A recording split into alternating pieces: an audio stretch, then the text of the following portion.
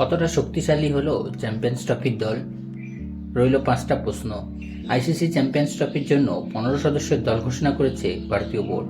Coach অধিনায়কের সঙ্গে দীর্ঘ আলোচনার পর নির্বাচকরা সম্ভাব্য সেরা 15 বেছে নিয়েছেন। নিঃসন্দেহে এই ভারতীয় দল শক্তিশালী, চ্যাম্পিয়ন্স ট্রফি জেতার ক্ষমতা রাখে। কম বেশি 2023 বিশ্বকাপের দল ধরে রেখেছে ভারত।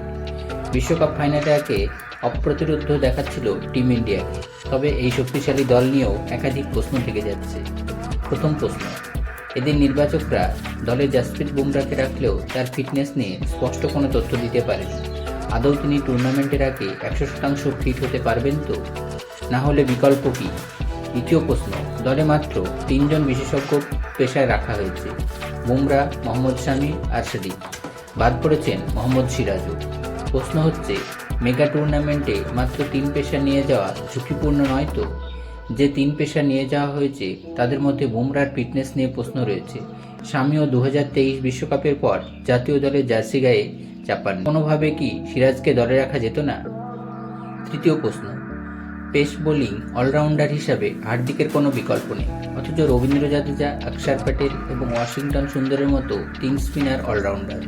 আবার বিশেষজ্ঞ স্পিনারও মাত্র একজন, কুলদীপ যাদব। তারও কোনো বিকল্প নেই।